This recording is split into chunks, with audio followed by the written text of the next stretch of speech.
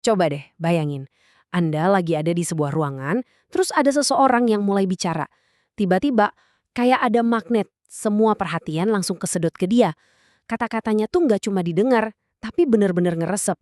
Bikin kita jadi semangat, tergerak, bahkan ya kayak terhipnotis gitu. Pernah kan ngerasain hal itu? Sensasi pas kita lagi nonton atau dengerin pidato, tapi rasanya lebih dari itu. Seolah-olah kita bisa ngerasain auranya, energinya yang luar biasa. Nah, fenomena itulah yang kita sebut karisma. Istilah ini aslinya dari bahasa Yunani yang artinya anugerah ilahi. Keren ya? Tapi disinilah letak masalahnya. Karisma itu kayak pedang bermata dua. Di satu sisi, dia bisa jadi kekuatan yang dahsyat banget buat kebaikan. Tapi di sisi lain, dia bisa jadi alat manipulasi yang paling mengerikan. Oke, sekarang kita coba bedah yuk. Dulu orang mikir karisma itu ya bakat dari lahir, kamu entah punya atau enggak, tapi riset modern nunjukin hal yang beda banget. Ternyata karisma itu bukan sihir atau misteri. Karisma itu adalah serangkaian perilaku yang bisa diidentifikasi dan yang paling penting, bisa dilatih. Para peneliti kepemimpinan udah nemuin 3 pilar utamanya. 3 hal yang bikin seseorang jadi karismatik.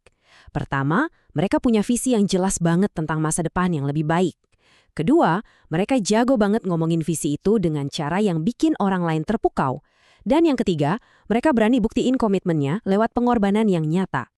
Punya visi yang hebat itu percuma kalau nggak bisa disampaikan dengan efektif. Disinilah ilmu retorika masuk. Aristoteles udah ngebagi jadi 3 pilar.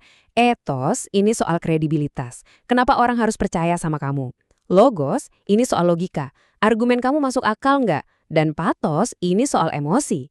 Nah, pemimpin karismatik itu jago di ketiganya. Tapi pathos seringkali jadi senjata rahasia mereka. Mereka nggak cuma meyakinkan pikiran, tapi juga menggerakkan perasaan. Nah, ini bagian yang keren banget. Sebuah studi tentang pidato-pidato Soekarno nunjukin kalau beliau itu maestro pengulangan.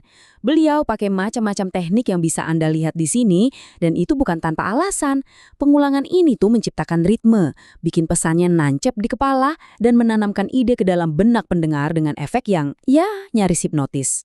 Tapi, seperti yang kita bilang di awal, kekuatan yang sama untuk menginspirasi juga bisa dipakai buat menghancurkan. Ketika karisma nggak diimbangi etika, dia bisa berubah jadi senjata pemusnah massal secara psikologis. Ini adalah kata-kata dari korban Komrad Bala, seorang pemimpin kultus di London. Bayangin, selama 30 tahun, dia pakai karismanya buat mengurung para pengikutnya, jadiin mereka budak, dan ngendaliin semua aspek kehidupan mereka. Ini benar-benar contoh ekstrim gimana karisma bisa jadi alat perbudak. Para peneliti nemu ini ada 3 sifat gelap yang sering banget muncul di pemimpin kultus dan tokoh-tokoh destruktus lainnya. Narsisme bikin mereka ngerasa paling hebat. Machiavellianisme ngasih mereka perangkat buat menipu dan memanipulasi. Dan psikopati menghilangkan rasa empati mereka, jadi mereka bisa lihat pengikutnya cuma sebagai pion atau alat. Jadi disinilah perbedaannya jadi jelas banget. Karisma yang sama bisa ngarah ke 2 hasil yang bertolak belakang. Pemimpin yang etis pakai pengaruhnya buat memberdayakan orang lain, buat melayani visi yang lebih besar dari diri mereka sendiri. Sebaliknya, pemimpin narsistik pakai pengikutnya cuma buat memuaskan ego mereka, menuntut kepatuhan buta, dan menghancurkan siapapun yang berani mengkritik. Oke, setelah ngebahas sisi gelapnya, sekarang kita balik lagi ke sisi terangnya. Karena karisma juga bisa jadi kekuatan yang luar biasa untuk kebaikan, dan kita punya contoh yang sangat kuat dalam sejarah kita sendiri, Soekarno. Kutipan ini, wow, ini benar-benar ngegambarin komponen pertama karisma, sebuah visi yang membakar. Visi Soekarno itu bukan cuma soal merdeka, tapi tentang sebuah bangsa yang berdaulat, adil, makmur, dan bisa mengguncang tatanan dunia. Visi inilah yang berhasil menyatukan Nusantara. Dan ini poin yang krusial banget. Karisma Soekarno itu nggak dibangun cuma dari kata-kata, tapi dibangun di atas pengorbanan pribadi. Beliau dipenjara, diasingkan, kehilangan kebebasannya, demi sebuah visi kemerdekaan. Pengorbanan inilah yang membangun kepercayaan, dan ngasih beliau otoritas moral yang tak terbantahkan. Rakyat tahu, beliau adalah pejuang, bukan sekedar politisi. Oke, kita udah belajar teorinya, lihat sisi gelap dan terangnya. Terus pertanyaannya sekarang, gimana cara kita nerapin ini? Ternyata, penawar terbaik buat melawan sisi gelap karisma adalah dengan punya visi pribadi yang kuat. Semuanya itu dimulai dari sini, dari dalam diri kita sendiri. Visi yang otentik itu lahir dari nilai-nilai yang benar-benar kita pegang. Sebelum kita bisa memimpin orang lain, kita harus tahu dulu apa yang jadi kompas hidup kita. Apa sih yang paling penting buat Anda? Nih, ada kerangka simpel yang bisa kita pakai.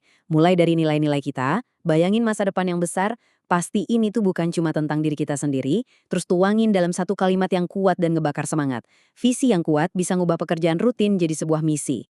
Dan inilah inti dari karisma yang etis. Tujuannya itu bukan buat menciptakan ketergantungan atau memelihara pengikut yang buta, tapi tujuannya adalah untuk memberdayakan, menginspirasi, dan pada akhirnya menciptakan pemimpin-pemimpin baru. Jadi pada akhirnya karisma itu cuma alat. Dia netral, bisa dipakai buat membangun atau menghancurkan, buat membebaskan atau memperbudak. Pertanyaannya bukanlah apakah Anda punya karisma atau tidak, karena sebagian besar darinya bisa dipelajari. Pertanyaannya adalah, dengan pengaruh yang Anda miliki, apa yang akan Anda bangun?